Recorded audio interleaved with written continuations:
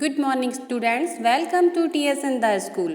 बच्चों, आज हम कक्षा 3 की हिंदी पाठ्य पुस्तक नीलमणि का पाठ 3 निम्मी की कुर्सी का अध्ययन करेंगे। निम्मी की कुर्सी एक कहानी है और इस कहानी में एक बालिका की कहानी को बताया गया है और वह बालिका क्या है, दोनों पैर उसके खराब हैं।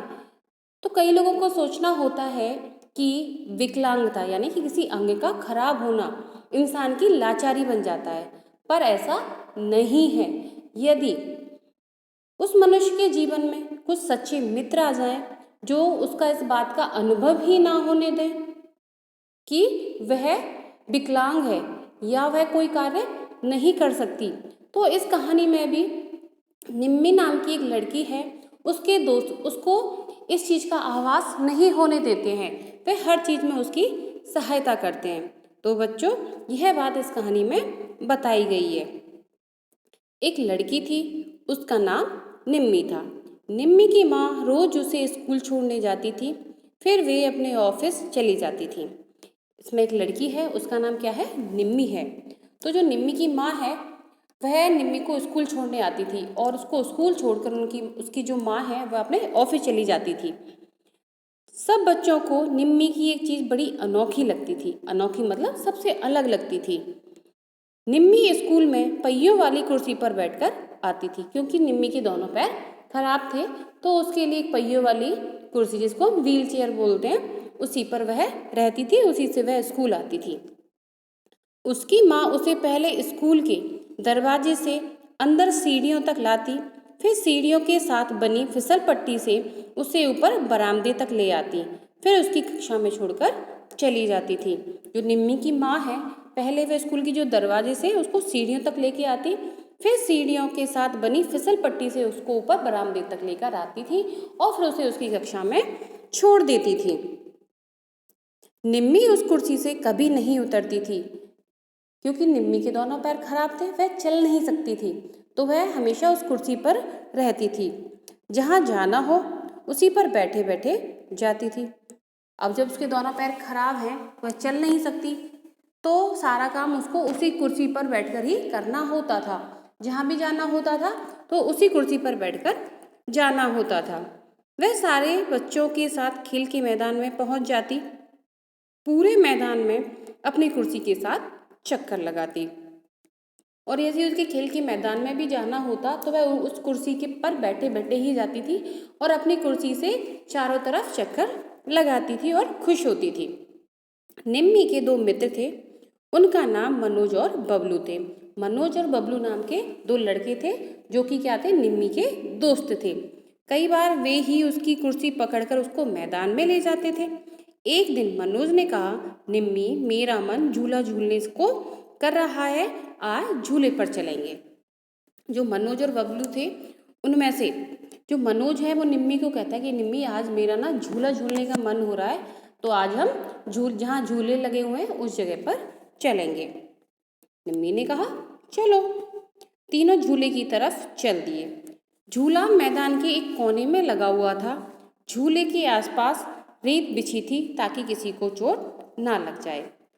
जब मनोज ने कहा कि उसको झूला झूलने जाना है, तो निम्मी ने भी उसको कह दिया कि चलो। अब तीनों मित्र क्या करते हैं, झूले की तरफ चल देते हैं, और जो झूला था वह एक मैदान के कोने में लगा हुआ था और झूले के आसपास रेत बिछी हुई थी कि ताकि कोई झूले से गिर भी जाए तो किसी को चोट ना लगे। उस तक पहुंचने के लिए 3 सीढ़ियां उतरकर जाना पड़ता था। मनोज और बबलू झटपट झूले पर बैठ गए और झूलने लगे। जो झूला था उस पर पहुंचने के लिए 3 सीढ़ियां उतरनी पड़ती थी। तो मनोज बबलू तो फटाफट से भागकर झूले पर बैठ गए और झूला झूलने लगे। लेकिन निम्मी अपनी कुर्सी पर बैठे बैठे सीढ़ियों से कैसे उतरती? वह वहीं किनारे पर बैठे बैठे उन्हें देखकर खुश होती रही। निम्मी जा नहीं सकती थी, तो वह अपनी कुर्सी पर बैठकर ही अपने मित्रों को देखकर खुश हो रही थी। मनोज ने देखा कि निम्मी तो झूल ही नहीं रही। निम्मी के बिना झूलना उसे अच्छा नहीं लगा। उसने निम्मी से कहा, तुम वहीं रुको, हम अभी आते हैं। जब मनोज और बबलू दोनों झूले पर जाकर बैठ जाते हैं, तो अचानक मनोज देखता है कि निम्मी तो नीचे वहीं खड़ी हुई है और वह झूला नहीं झूल पा रही है। तो मनोज को उसके बिना झूलना अच्छा नहीं लगता है। वे उसको कहते हैं कि निम्मी जहाँ तुम हो वहीं रुको, हम अभी आते हैं। मनोज और बबलू कहीं से लकड़ी के 2 पटरे ले आए। पटरे यानी लकड़ी का तख्ता। उन्होंने उन पटरों को सीढ़ियों के ऊपर रख दिया। निम्मी समझ गई। निम्मी उन पटरों की फिसल पट्टी द्वारा अपनी कुर्सी को नीचे झूलों वाली जगह पर धीरे धीरे ले आई। नीचे आकर निम्मी बहुत खुश हुई। मनोज और बबलू ने उसे एक झूले पे बिठा दिया। निम्मी ने झूले की रस्सी कसकर पकड़ ली और तीनों ने मिलकर बहुत देर तक झूला झूला।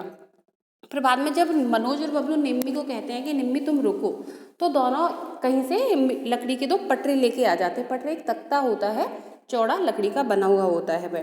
फिर वो क्या करते हैं, सीढ़ियों के सहारे उन दोनों पटरों को लगा देते हैं। जब वो पटरों को लगाते हैं तो निम्मी उसको देखकर समझ जाती है कि उसको अब क्या करना है। तो निम्मी अपनी जो पहियों वाली कुर्सी है उसके सहारे वहाँ उस पर चलकर झूले वाली जगह पर पहुँच जाती है। और फिर क्या होता है, मनोज और बबलू उसको पकड़कर झूले पर बिठा देते हैं और निम्मी फिर झूला झूलने लगती है और तीनों दोस्त मिलकर क्या करते हैं, खूब देर तक झूला झूलते हैं और मजे करते हैं। तो देखा बच्चों आपने कि निम्मी अपाहिज थी, किंतु उसके मित्रों ने उसकी किस प्रकार सहायता करी। वो उसको आभास ही नहीं होने देते थे कि वह किसी चीज़ को कर नहीं सकती। निम्मी झूले तक नहीं जा सकती थी तो उसके मित्र 2 पटरे लेके आए और उसके झूले को झुलाया। फिर निम्मी को कुर्सी से उतारकर झूले पे बिठाया। तो जीवन में सच्चे मित्र हों तो कोई भी काम हम आसानी से कर सकते हैं। अब आपकी पुस्तक में शब्दार्थ दे रखे हैं, उनको हम देख लेते हैं। ऑफिस, ऑफिस का मतलब होता है कार्यालय। फिसल पट्टी, तिरछी ढलान। पक्के यानी कि गहरे और जिगरी, हम कहते हैं ना हम पक्के मित्र हैं यानी कि गहरे और जिगरी हैं हम लोग। अनोखी, अलग यानी कि सबसे अलग। रेस, दौड़। पटरा, फट्टा या तख्ता जो लकड़ी का बना हुआ होता है। तो बच्चों आपको ये निम्मी की कुर्सी कहानी कैसी लगी? यह अत्यधिक रोचक थी और आपने इससे क्या शिक्षा ली कि हमें अपने जो हमारे दोस्त होते हैं, जो हमारे मित्र होते हैं, हमें उनका कभी मजाक नहीं उड़ाना चाहिए। यदि उनके अंदर कोई कमी है हमें उसको सुधारना चाहिए और हमें हमेशा अपने मित्रों की सहायता करनी चाहिए। तो बच्चों जो वर्क आएगा PDF के थ्रू उसको अपनी कॉपी में नीट एंड क्लीन करना है और साथ के साथ इसको याद भी करना है। तो आपका यह पाठ निम्मी की कुर्सी यही समाप्त होता है। धन्यवाद।